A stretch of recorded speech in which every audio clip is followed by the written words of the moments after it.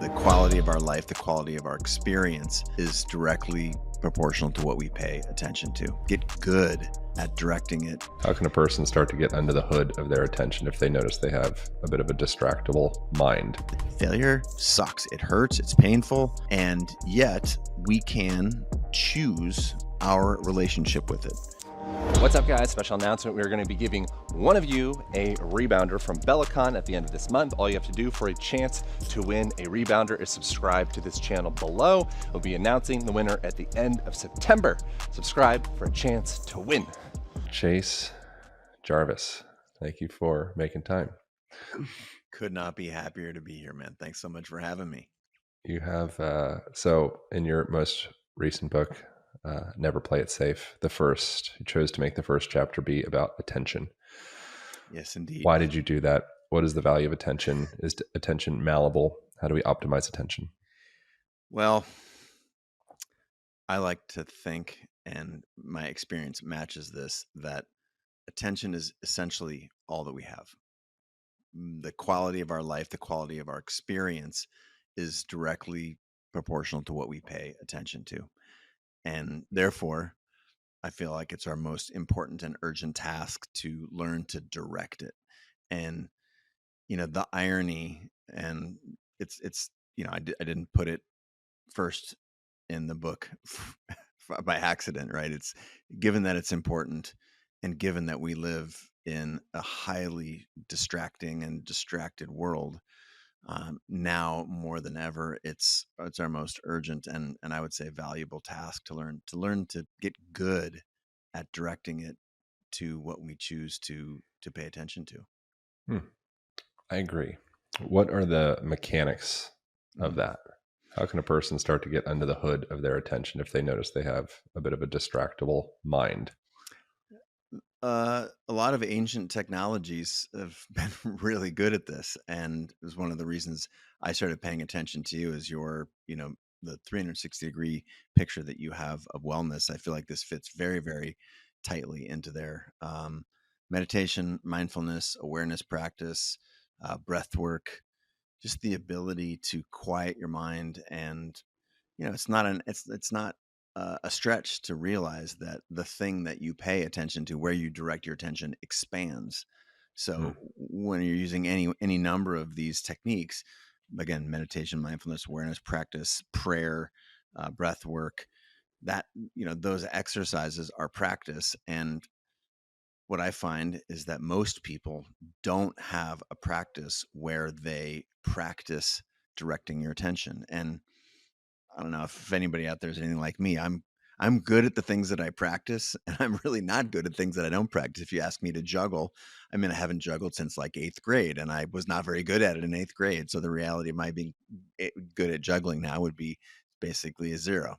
And by extension, I practice directing my attention a lot. I practice it every day, twice a day with meditation, and a lot of times throughout my day.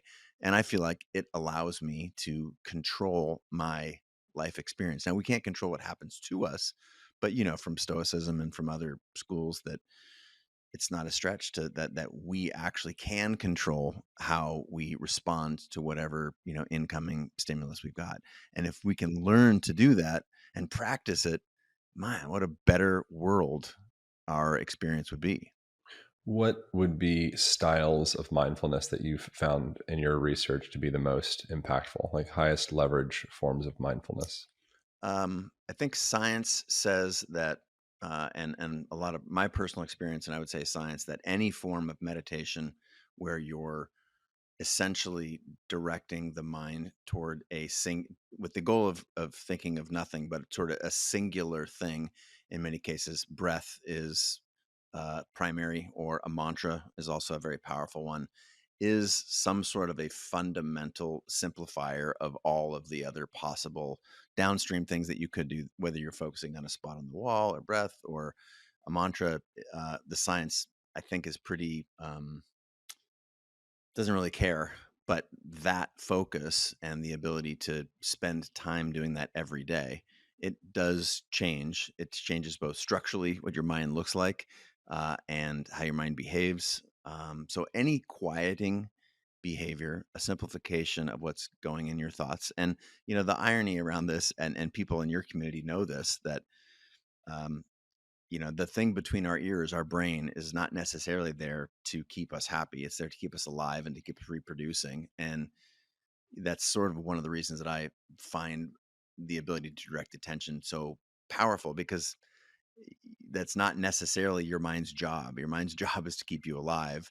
And yet, if we want to be happy, fulfilled, connected, all of the things that I feel like go beyond just our ability to reproduce, it's all on the other side of this kind of work. It's on the other side of fear. It's on the other side of discomfort, because our biology, our lowest common denominator, doesn't really set us up for um, the best human experience. It might be the best for reproduction, but I mean, as nice as reproduction is, and as valuable as it is, I think all the best stuff that we experience is far beyond that. So learning to quiet the mind and direct it through ancient technologies and through the practices that we can do on a day-to-day basis, I think that sets us up to, it puts us on a path, rather, to a life that we choose to live, rather than the one that our biology will hand us, or by extension, culture and, the noisy world that we live in. Yeah. You're talking about, so I just got a dog recently. You were talking about your dog before the conversation, or before we Yeah. started recording. And you mentioned you had trained your dog in a way towards more like positive affirmation. Yeah. But a part of that as well was, when the dog was a puppy, you had constraints around the house in the form of, Yeah. like, you blocked off the couch and, made it so that they're not Yeah. able to do the things. I Yeah. feel like that's something that the modern puppy mind could use some assistance with, like the Very balance true. of positive affirmation tied with constraints. Yeah. How would that look in your own life, or someone that you were advising or supporting, or someone that you cared about? Sure. How would you deploy or implement Yeah. Well, let constraints me, into one's life? yeah, I'll orient us around constraints in particular, and then I'll zoom back out and highlight sort of the structure of this book that I have just written, called Never Play It Safe.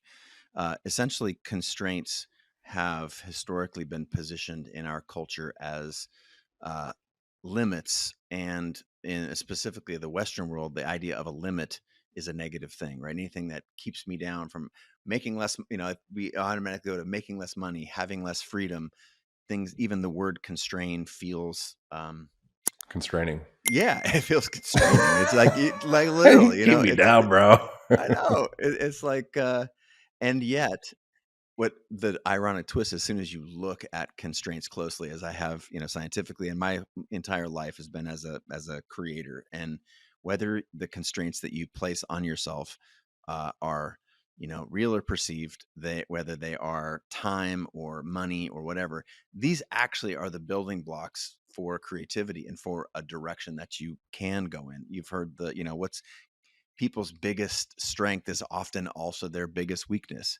And so, generally speaking, when I looked closely at constraints, I first looked at it through my life as a creator, and then through a lot of the world's lateral thinking experts. Edward de Bono is a fancy, smart, talented guy who did a lot of work on lateral thinking. And it just so happens that constraints, whether it's in a, for a puppy, like here's the 10 square feet that you get to play in, but isn't it a great 10 square feet?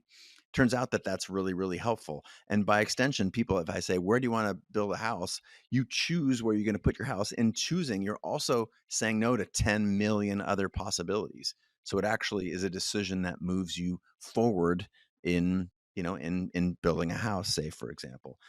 And again, this is like to put a pin in the idea of constraints. You opened with attention, our ability to direct it.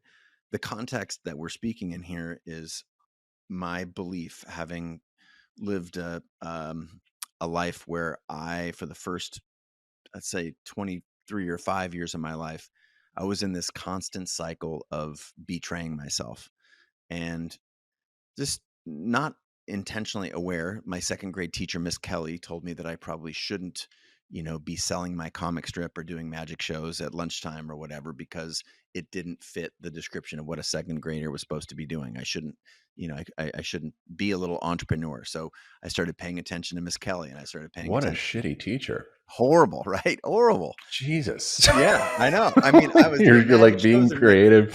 totally. You're like a little entrepreneur, second grade. Yeah, That's wild. I know. It's What was wild. her? And, What was her reasoning? You need to focus on your arithmetic or whatever. Well, first of all, it was a business because I was selling the comic strip for 6 cents, which is what a carton of milk cost. What are you, like 200 years old? Exactly.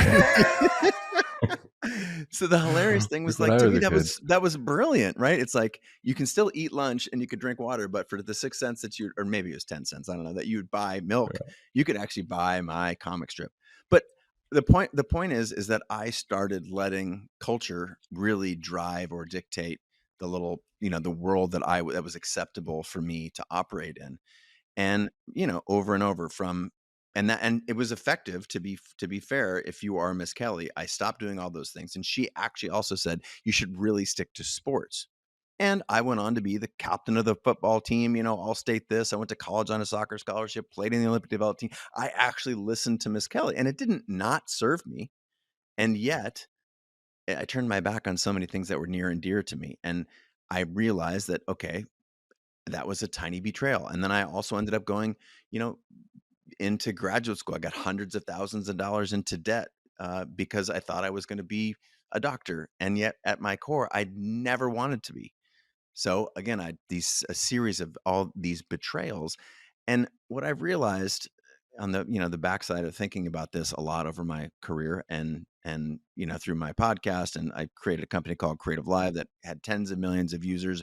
We get a lot of data, and it turns out that this is not uncommon at all. And that society, our peers, our coaches, our teachers, there is a very narrow path that they steer us towards, not on purpose. There's no evil overlord, but they narrowly constrain what we can do in a very, very negative way. And yet we fall hook, line, and sinker for this. And I started calling that, well, this is what it's like to play it safe. And then I looked at all of the best things in my life, the best relationship, the best career moves, my peers, the most fun I had, the most engaged I was, and it was all on the other side of recommendations to be like everybody else. It was all on the other side of fear. It was all the other side of standing out, on the other side of getting uncomfortable. And, to the point where I will share that for 13 months, I worked on a book that was a very tidy little sort of business professional development book. And I knew it was not the right book. And so after, however old I am, I'm still doing it. And yet 8 weeks before 212 years old. 212 years old, because milk was 10 cents. For 6 cents. Yeah. Milk was 10 cents when I went to school. Yeah. But 8 weeks before the deadline, I was like, wait a minute. I can't believe it. I'm doing it again. I threw everything in the trash. I went, I basically locked myself up at our beach place and wrote for 8 weeks and came out with what I feel like is the best work that I've ever done. And at its core, it is the message that everything in our life, all of the best stuff, is on the other side of our comfort zone, on the other side of our fear. And I've included, each chapter is one of 7 tools that we all have natively inside us. And you've already asked about 2, right? Attention, constraints are another one. I think of these as things that we get bad at using. We lose our attention, or it's stolen from us. We forget to think about this beautiful thing, play. Work has always now got to come before play. And the irony is that play is the engine of life.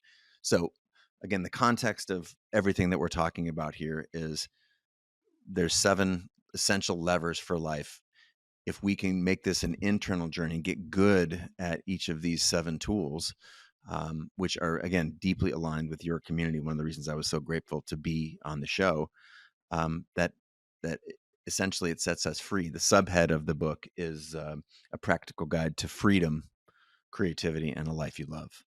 And one of the sections in there, you talk about time, and the malleability of time and perception, the subjectivity of it. And like, what is time? How can we start to kind of explore time in a different level?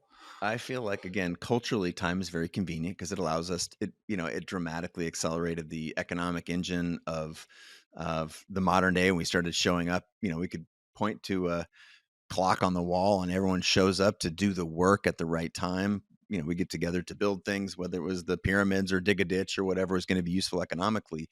And yet that started to reframe time as this ubiquitous conveyor belt that's moving in the background of everything we do, marching us towards our death. And yet, if we look more closely, time is infinitely malleable. Just think of your own experience. I don't know if folks have been maybe in a car accident where, you know, milliseconds seemed like minutes.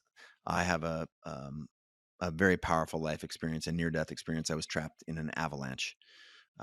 And yeah, I was an action sports photographer for 20 years. I was filming a Nike commercial up in Alaska. I got caught in an avalanche and there was no fear. It was okay, so we are now about to be tested.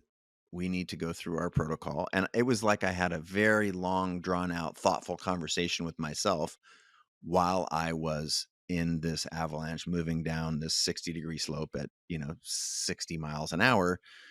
What was the And circumstances? You were skiing and you had like a yeah, camera? a professional ski photographer. Had was skiing to get into play, and again, lifelong professional doing this. The owner of the heli ski operation. We're filming a Nike commercial. I mean, we've all have 20 plus years of backcountry experience. We're not just out there like effing around. We're all pros. Every person who's doing this, and yet, as a professional ski photographer, you spend 100% of your time in the 1% most dangerous situations. New slopes people have never skied before. Deep snow, dangerous terrain, and all of these things. It becomes a number game. So my number got called. I skied into position. We'd been skiing on these faces, the same orientation for a good, better part of a day. And this particular slope just broke loose. And in that moment, again, it was like that the few seconds that I was under the snow, under 10 feet of snow, moving at 60 miles an hour down a steep slope, time dilated and it felt like minutes. And I went through all of the proper procedures to try and, okay, this didn't work. Oh, that's okay. Now this is getting scarier because I know I'm accelerating now. I've just had this long dialogue. But the punchline is that it's very, very clear if you've experienced these moments that time is not as we think. And it's so, there's the common phrase, time flies when you're having fun. Or, in the case, your community would be very familiar with the concept of flow, either through athletic movement, through, breath work, through awareness. Uh, and when you are in flow, you are something like, 10x more productive. So in a way, you could say that time slows down because you're able to do and experience, so much more. So the neat thing about this is when you study it and you realize that time is malleable, everything changes. And by everything, I mean, what if I told you that life was long? Now, so many people in the circles that I run around with would call blasphemy because that's just going to make you lazy and, you're going to die someday and you never know. So you need to make the most of it. And both of these things can be true. Like you can have this sense of short-term urgency, like, oh, I want to, take care of the things I need to take care of today. And if life was long, we would probably scurry around like crazed rats a whole lot less than we do. What if we could realize that, there's time to actually think about who do I want to become? What do I really want to do with my one precious life?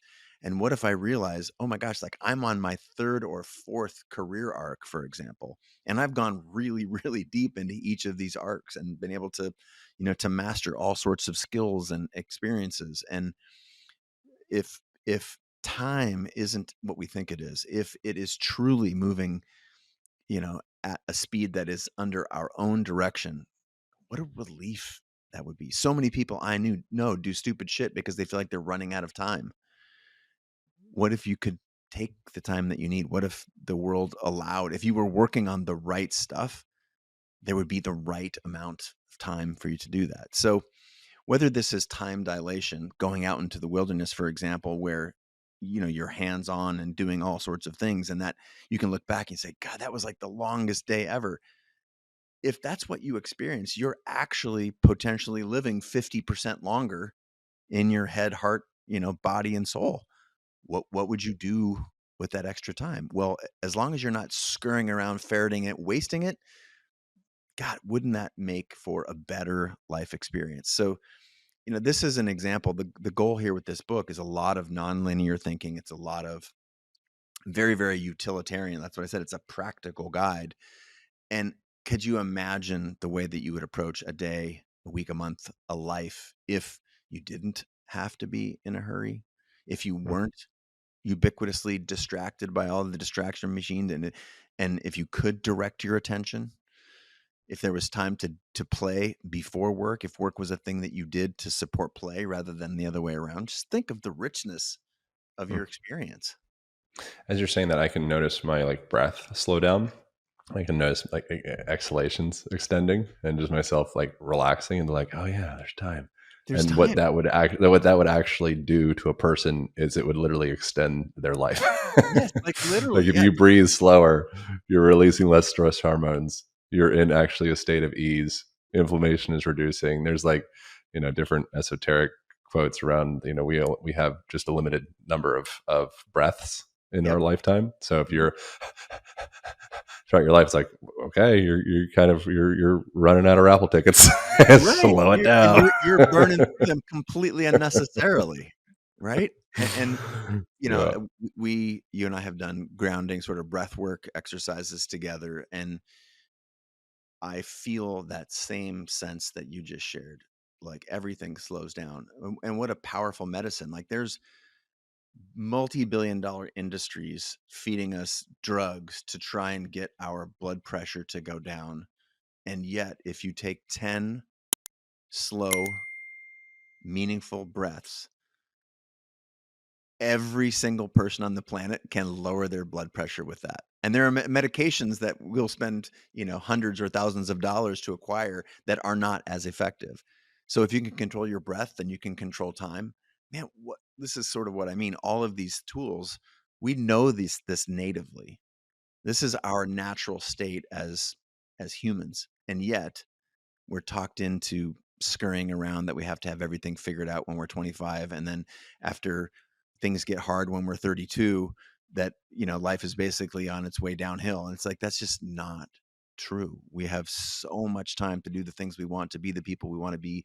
And simultaneously, if you think of time in like who you were yesterday, actually, if you truly distill it, has nothing to do with who you can be tomorrow. You could wake up tomorrow and decide to be an entirely different person. I'm a person, I've never exercised in my life. You can decide tomorrow to be a person who exercises. How much time had to happen? We believe that time has to pass for us to get, to do all these things, to change, and yet tomorrow I can be a person who exercises. Tomorrow I can be a person who makes my bed every morning I get up. Tomorrow I can be a kind, thoughtful, heartfelt, smart, earnest person. And you just start to act like that person. Time does not need to pass for you to change. So I feel like this is an example, whether it's attention, time, or the ability to use constraints in our favor rather than as something that's keeping us down, that I noticed. And I feel like, having talked to, I have a podcast just like you do.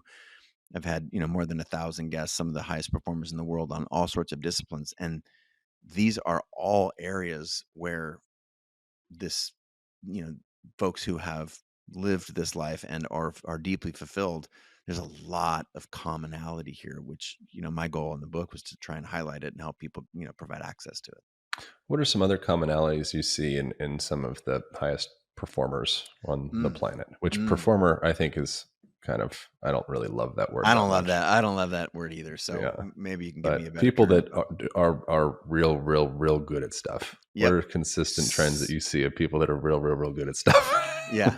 Well, this is, and I love the plain language in that. Honestly, like I love Yeah. that. And the ability to direct your attention, which is again what we opened the show with, and it's not an accident. It's what I opened the book with. it's like 99 out of 100 have some sort of an awareness practice, meditation, prayer, mindfulness, breath work. And they may not even obsess over it, but that is a factor. Others that are very, very popular is the relationship to failure. Hmm. Oh, one interesting quote. Huberman has a great quote about attention, and this comes from a sort of a neuroscientific background. I think his quote is, "The ability to direct one's attention is the defining characteristic between success and failure in any endeavor." Yeah, for sure. Like, just jock that. Like, oh, if you want to, be successful at, again, his word from science, not mine, any endeavor, the ability to direct your attention is paramount, and it's the difference maker between, think of a professional golfer or an author, an artist, an entrepreneur, someone who's about to do some physical feat. Like, the ability to pay close attention matters. So to me, that's a massive one. But specifically, our relationship to failure. It's so easy, and it can be very, very cliche in our culture. Like, oh, failure is just a stepping stone to success. But the messed up part about failure that people don't talk about, that I explore in the book, is that failure sucks. It hurts. It's painful. And yet we can choose our relationship with it. Both failure with the small f, like, oh, I stumbled, or I put the two Legos together incorrectly. Those are failure with the small f, but also career failures, relationship failures. The goal is to get 1% better on the other side of the failures. And there's a lot of research that I talk about in the book where it's not just fail and fail fast. And it's not just scurrying around and go back to the time point that we made earlier. There's a thoughtfulness to failure that's actually effective. That is another differentiator towards, the folks who we called, tongue-in-cheek high performers, but people who are really good at stuff. There is an awareness of what you did last time, making a small, thoughtful adjustment, and trying again. And the irony is that the proximity in which you try again matters a lot. If you make a mistake and you do not try again for 10 years, you are more likely to make the same or other low-level mistakes versus, again, the phrase is a bit trite, but getting right back on the horse with a new, okay, last time I did this and the horse did that, now I'm going to try this other thing.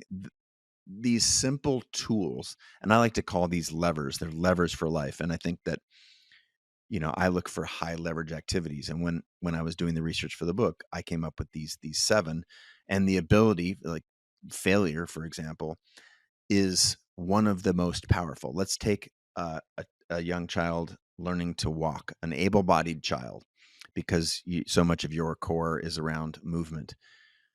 And let's say you have an able-bodied child, and your child falls down the 28th time in a row that they've tried to walk. At that point, do you say, guess my kid's just not a walker? I give him a spanking. Yep, give him a spanking. Corporal punishment. Corporal punishment. They tried to walk 29 times. Yeah. And yet, how many of us are willing to try with our sort of business idea 29 times? So, we are conditioned to start making stories up about ourselves based on the failures that we have had. And the people who are the really good at stuff, they tell themselves a different story. And there's a lot to learn in there. Yeah, getting into that, like, almost like delusional self-belief is kind of a hack. Yeah, for sure. And then it can become a reality. And then I wonder also how many people have delusional self-belief and it actually just stays delusional. Well, my experience is a lot. There's a lot of those people out in the world. Well, but and the twist is, this is very much about attention, right? It's very much about the relationship that you have with failure. And if you are a person who has a healthy relationship with failure, and if you are a person who is good at directing your attention, this is sort of what I mean. I feel like in doing the research for this book and in throwing away the first drafts, because I felt like I actually was able to put something real and meaningful and practical together, there really aren't that many of these things. There aren't that many of these tools. And if you can have a healthy relationship with failure and you can get very good at directing your attention, deciding, oh, I'm going to focus on the fact that what I did not succeed, what would I change? How would I change it? This is basically putting attention and failure together to make something very, very, very useful. These two levers, they really are long enough to move the world, to use Archimedes' quote, or at least your world. How do you instill that delusional level of self-belief in oneself? Because I've gone through phases of it in my own life, Mm. and now I think I'm in more of like a mid phase of delusional self-belief. It's like not as, but in like early mid 20s, Yeah. it was high, and I had a lot. I was like running on high octane delusion, and it's good stuff Yeah. because I was gone. I was like, I just know it's going to happen. I'm going to keep going. I just know it's going to happen. And now I'm a little more plateau, I think, but I miss that. Like, how do we implant more of that? How do I go back? I want more of that. Well, I love this topic, Aaron. I truly love this topic, Aaron. And so a very important piece, I think, of life, and specifically the way that I wrote the book, is that, look, our goal is, let's just use, I'm going to use an extensible example. Meditation is not the act of maintaining a perfect mind state where you only think of one thing. Meditation is actually, if you ask any sort of a monk, for example, the monk's mind wanders as well. The process of meditation is actually the bringing back of the attention to the mantra or the breath or whatever you've said, this is my intention, is to focus here. It's not that it won't wander. And so when I realized that, man, I have betrayed myself so long and so often, I have cultivated a lot of success and a lot of fulfillment. But even go back to writing this book, I was actually 18 months in, like 5 months of research, 13 months of writing. And I was at the point where I was like, oh my God, I'm writing the book that everybody else wants me to write. That and through no fault of my own, through, my parents and my peers and my agent and the publisher. And so I'm writing about this stuff. And here I am basically betraying myself again. So what I realized is that, wait a minute, but I'm here. I'm doing this. And now I'm aware of it. So if you sort of zoom out for a second and let's like live in a little bit of delusion, to your point, like it's some good stuff. The goal is not to not fall off the horse. You don't have a choice. You will fall off the horse. So the goal ought to be then, how do we return to the horse sooner each time than the previous, smarter each time than the previous, kinder, gentler, more aware each time? How do you literally become 1% better every time? And when I started realizing this, shit, I failed so much. I did this and this, and $100,000. I blew up this relationship. So many things, I would even call them potentially catastrophic mistakes in my life. And yet, wow, I feel alive. I feel like I've lived a rich, spirited, heartfelt, earnest, fulfilled, even I would use success. I've had a lot of success in different areas.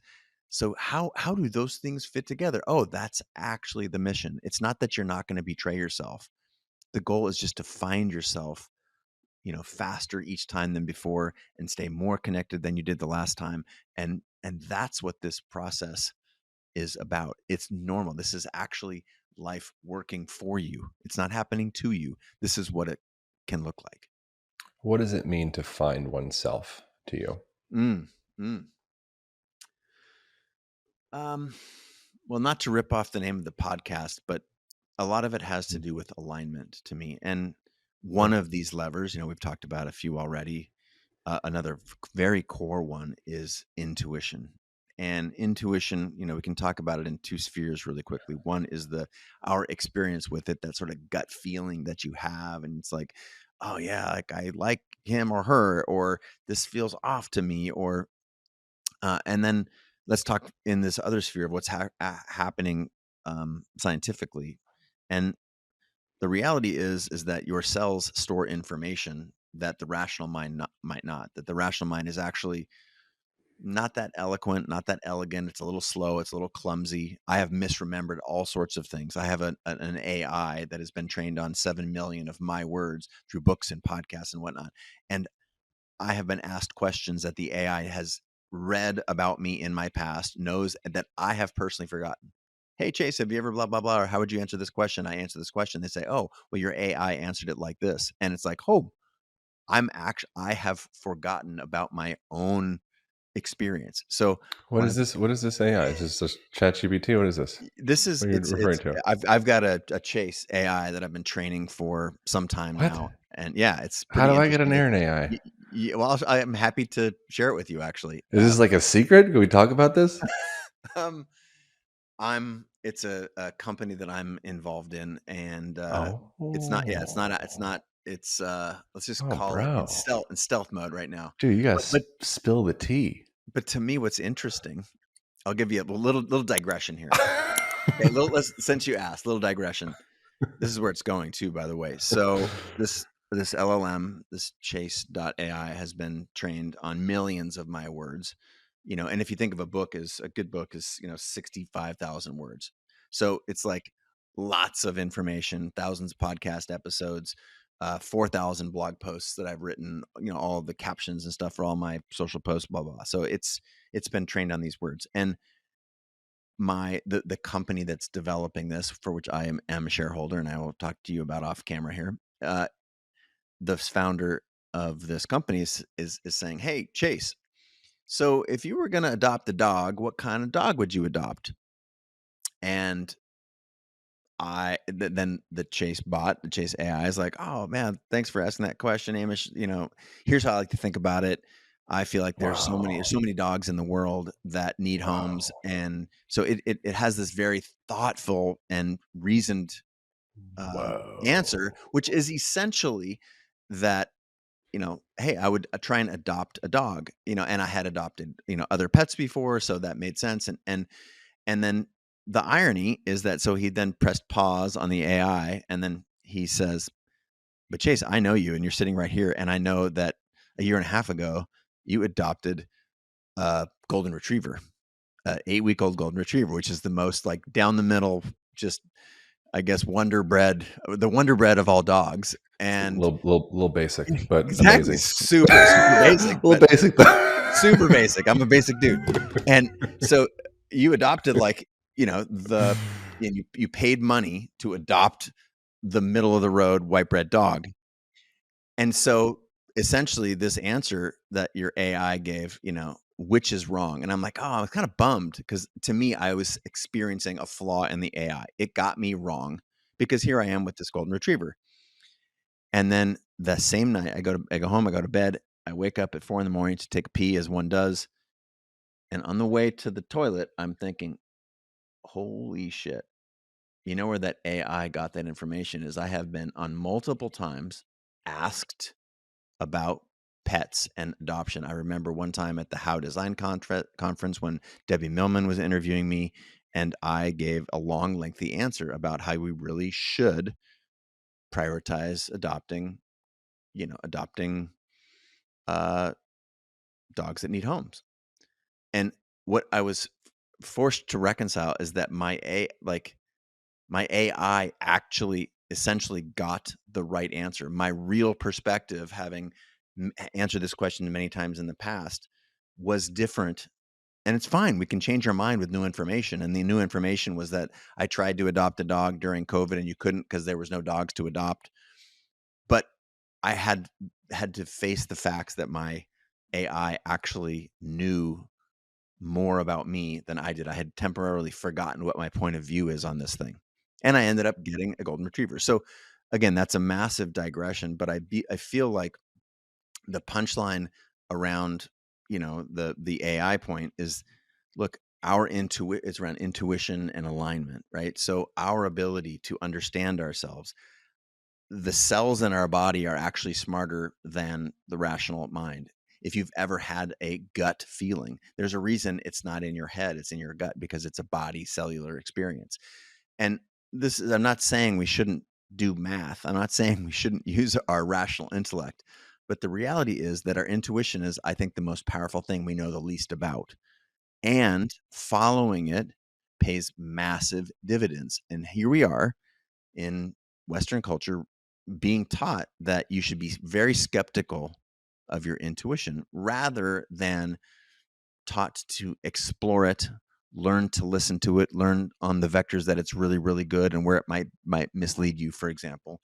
And to me, that is an interesting thing. What if you did pay closer attention to your intuition?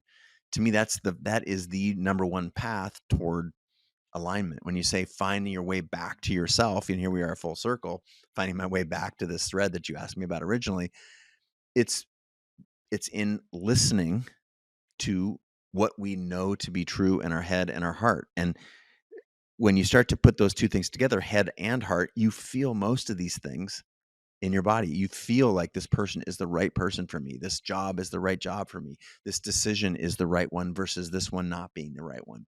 And so you could look at all this stuff on paper, but to me, that actually is much, much less interesting. I like to think of alignment as intuition, and intuition is the most valuable thing we know the least about. And it's a tool that natively resides in us, and yet we get talked out of it. There's no evil overlord, by the way. There's no puppet strings like we got to really get people to lose track of their intuition so we can manipulate and control them.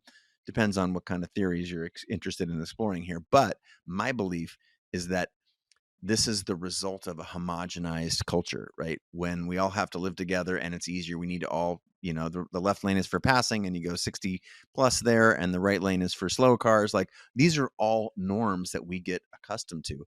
And yet, what if we are able to if that is sort of playing it safe and doing, following the rules, it's not an accident and it's not a stretch to see that all of the best stuff in life is on the other side of taking those chances, of exploring things. This is what courage is. It's feeling fear and doing it anyway. And to me, that is very, very interesting. How can we go beyond just the things that we see in our day to day? And, the people who have done extraordinary things, led extraordinary lives, we admire them because they have stood out. And you can't really stand out and fit in at the same time, right? So which one will you choose? Yeah. Yeah, the mind heart relationship, I think, is interesting. Like the duality, like I think it's like the literal relationship, and then also like the metaphorical. But the mind, I think, is the place of more scarcity and quantitative assessment and making sure everything's good. And it's kind of like the overprotective parent. Mm-hmm. And then the heart is trust and give it all away, and everything is going to be fine because it's all love and everything is safe, and it's all going to come back tenfold. Yeah. And there's somewhere in between where you can get this brain heart coherence, and that's like it's in a lot of the stuff that Joe Dispenza has been going really deep into recently. Yeah, absolutely. And actually measuring the frequencies from the heart and from the brain, and a person that's experiencing resentment or anger or anxiety or depression or some form of dis-ease is going to have incoherence between that relationship of the heart and the the brain and the mind. Absolutely. But to be able to blend the two, and then it gets into esoteric stuff like masculine, feminine, it's like yin, yang, quantitative, versus like let's just give it all away and celebrate. It's like both have value. It's the coherence between the two. For sure. And I think what I argue, that would be alignment, I think. Yeah. And what I argue in this book is that we've over-indexed on the head, because it's the head who's doing the work, right? It's like, hey, I've got an idea. Let's spend more time in the head. That's the head's idea, right? And it's crowding out. This is our ego, essentially. And our ego is crowding out all of the rest of the stuff, because imagine if you could dissolve the ego or mitigate it or minimize it, and that's where, again, cohesion, connection, leaving some room in for some other explanations of things. To me, that's when I think of the best stuff in my life. And when I think and experience, research my friends, peers, and the lives of ordinary people who've lived extraordinary lives, there's a very clear pattern that all of the best stuff is on the other side of our comfort zone, on the other side of our fear. So I asked the question then, we need a recalibration. And I'm clear in the book, look, never play it safe might be triggering for some people, but I'm very clear in the front of the book. I'm not talking about seatbelts and sunscreen. We're not talking about emotional or physical safety. Like, those are all very important things. And yet pretty much everything else, the safe path is the path that the world will have you believe is more valuable. And the reality and science and what I argue is that it's just not true. You're going to make the same amount of mistakes on the way to a destination that you don't love.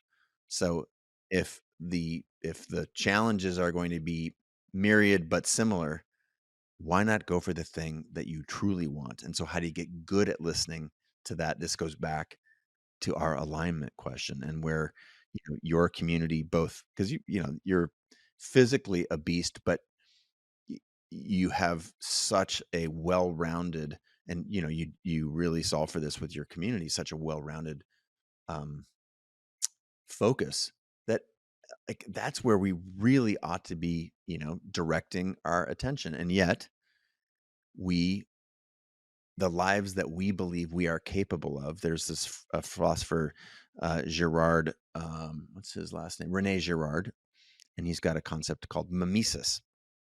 And essentially, mimesis is that we are doing the shit we're doing because we see everybody else doing it, which is not a very good reason. I'm sure what that does is we're social animals, so it does a good job of keeping us in the tribe. Yeah, and yet we ultimately, this is one of the reasons we love trailblazers and pioneers and risk takers, musicians standing on stage pouring their hearts out, because there's something about being willing to, again, to stand out instead of fit in. And what we see them receiving in that moment is in some ways shame and guilt and all that, and fear and all that stuff. And yet we see this exaltation of people who have tried and failed and tried and failed and tried, and then can have created a beautiful piece of art, a beautiful product, a beautiful company, a beautiful service, things that truly lift up humanity. It's not an accident. And to me, this is a core aspect of culturally, when we live in especially late stage Western capitalism, we just end up doing the shit that everyone else around is doing. And yet, what if I told you that that's not the actual path to the life that you seek? My I goal is to make wonder you if ask the there is. question. I wonder if there's value in kind of like this is like a definitely a derogatory concept that probably Sure. shouldn't be repurposed, but like NPC, non-player character, Yep. people that are kind of like a little bit just like lights off, head down, go to Yep. job, get her done, get the beer room done, Yep. do the thing, repeat, rinse and repeat, knock it out, hit the grave, at Yep. some point, and just like I wonder, as a colony of Mm-hmm. humans, if there's actually value in some percentage of people. Like if you look at like ants, Mm-hmm. every ant isn't going to be the ant that goes and explores other terrain. For sure. There's some ants that have certain purposes. Yep. And sometimes I wonder if maybe we can be kind of putting an undue stress on ourselves of like, I need to be an entrepreneur. I need to think outside of the box. I need to go and, I need to never play it safe. I Yep. wonder if there's some value in some percentage of the culture of like, maybe I'm kind of just like a safe guy. And, 100, and I stay inside the box. I totally. color inside the lines and I let somebody else do all that stuff. And then I'll kind of 100%. guide the pack or be guided rather. But here's my belief: the people who I'm trying to affect and connect with, the people who are listening to this show, because you aren't that person if you're listening to this show, and you aren't that person if you're going to pick up a book that's titled Never Play It Safe: A Practical Guide to Freedom, Creativity, and a Life You Love. That is not the book that someone who is the ant that needs to carry the water or chop the wood is interested in. And so this is really about the people who are questioning their own sort of sanctity, their own purpose, that I'm trying to connect with. Like truly there is more on the other side of the questions that you're asking. And if you have been, or when you are questioned and, you know, turned off or unplugged, or so many of the things that culture can do to us, dear God, just know that there is a path back to you, that you are the person who's supposed to be doing this work. And it's not an accident that you're receiving this message right now. So the question I ask is, what are you going to do about it? And the cool thing is you don't have to move to France. You don't have to get a new set of friends. You don't have to sell everything you own. You don't have to blow up your life, or you could, but you don't have to. The cool part about this is an inside journey. It's a journey toward, again, going back to yourself. What does Aaron want? I journal every day or almost every day on the same question, which is, what do I really want? And the amount of clarity that has come from that, when you start to think about, months or years on end, is absolutely unbelievable.